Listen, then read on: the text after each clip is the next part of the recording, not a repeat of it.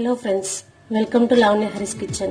இன்னைக்கு நம்ம கிச்சன்ல ஒரு ஹெல்த்தியான பாயசம் சக்கரவள்ளி கிழங்கு வச்சு சூப்பரா ஒரு பாயசம் ரெசிபி. இந்த சக்கரவள்ளி கிழங்கு பாயசம் எப்படி பண்றது நம்ம இந்த வீடியோல பார்த்துடலாம் வாங்க. இந்த பாயசம் பண்றதுக்கு ஒரு சக்கரவள்ளி கிழங்கு எடுத்துர்க்கேன். இது தோல் சீவிட்டு துருவி எடுத்துக்கலாம்.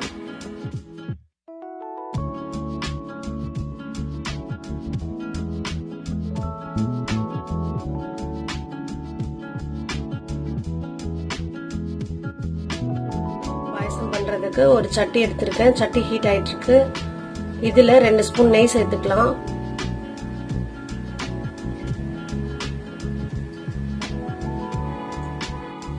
நெய் நல்லா சூடாயிடுச்சு. இதுல முந்திரி, பாதாம், திராட்சை எல்லாம் சேர்த்து நல்லா வறுத்து எடுத்துக்கலாம். திராட்சை எல்லாம் நல்லா இந்த மாதிரி உப்பி வந்துடுச்சு. இதுதான் கரெக்டான ஸ்டேஜ். நான் இதை எடுத்துடுறேன். அதே சட்டியில நம்ம துருவி எடுத்து வச்சிருக்க சக்கரவள்ளி கிழங்கு சேர்த்துக்கிறேன். 3 நிமிஷத்துக்கு லோ ஃப்ளேம்ல நல்லா வதக்கி விட்டுடலாம். 3 மினிட்ஸ்க்கு நல்லா வதக்கி விட்டாச்சு. இதுல 200 ml பால் சேர்த்துக்கிறேன்.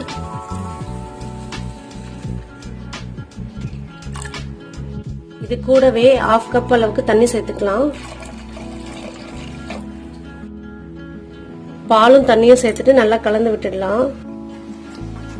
நல்லா கலந்து விட்டதுக்கு அப்புறம் இதை க்ளோஸ் பண்ணிட்டு லோ ஃப்ளேம்ல 10 மினிட்ஸ்க்கு நல்லா வேக வச்சுக்கலாம். 10 மினிட்ஸ் ஆயிடுச்சு. இப்போ நம்ம இதை ஓபன் பண்ணி பார்க்கலாம். நல்லா கொதிச்சிட்டு இருக்கு. சக்கரவள்ளி கிழங்கு ஓரளவுக்கு வெந்திருக்கு. ரொம்ப குழைய விட்டுறக்கூடாது. கொஞ்சம் சாப்பிடும்போது கடிப்பட்டுச்சுன்னா வாயில நல்லா இருக்கும் பாயசம் சாப்பிடுறதுக்கு. இந்த ஸ்டேஜ்ல இதுல 1 கப் சுகர் சேர்த்துக்கிறேன். நீங்க சர்க்கரைக்கு பதில் வெல்லம் கூட சேர்த்துக்கலாம். சர்க்கரையை சேர்த்துட்டு நல்லா கலந்து விட்டுடலாம். கலந்து விட்டதுக்கு அப்புறம் நம்ம ஃப்ரை பண்ணி வச்சிருக்க நட்ஸ் சேர்த்துக்கலாம்.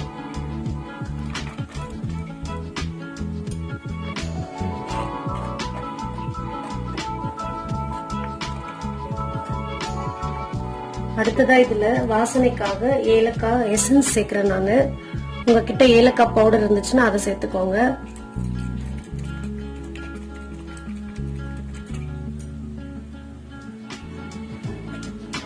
கடைசியா இதுல ஒரு பிஞ்ச் சால்ட் சேர்த்துக்கிறேன். சால்ட் சேர்த்தோம்னா இதோட டேஸ்ட் இன்னும் நல்லா இருக்கும். நமக்கு எல்லா ஸ்வீட்லயுமே நம்ம ஒரு பிஞ்ச் சேர்த்தா அதோட டேஸ்ட எடுத்து கொடுக்கும். சேர்த்துட்டு நல்லா கலந்துடலாம். இப்போ ஃப்ளேம் ஹைக்கு மாத்திட்டு 5 மினிட்ஸ்க்கு நம்ம இதை நல்லா கொதிக்க வச்சுக்கலாம்.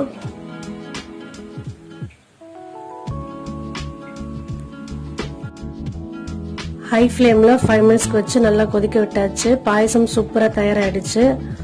இன்னும் கொஞ்சம் திக்கா வேணும்னா நீங்க இன்னும் ஒரு 5 மினிட்ஸ்க்கு ஹை ஃப்ளேம்ல வச்சு எடுத்துக்கோங்க.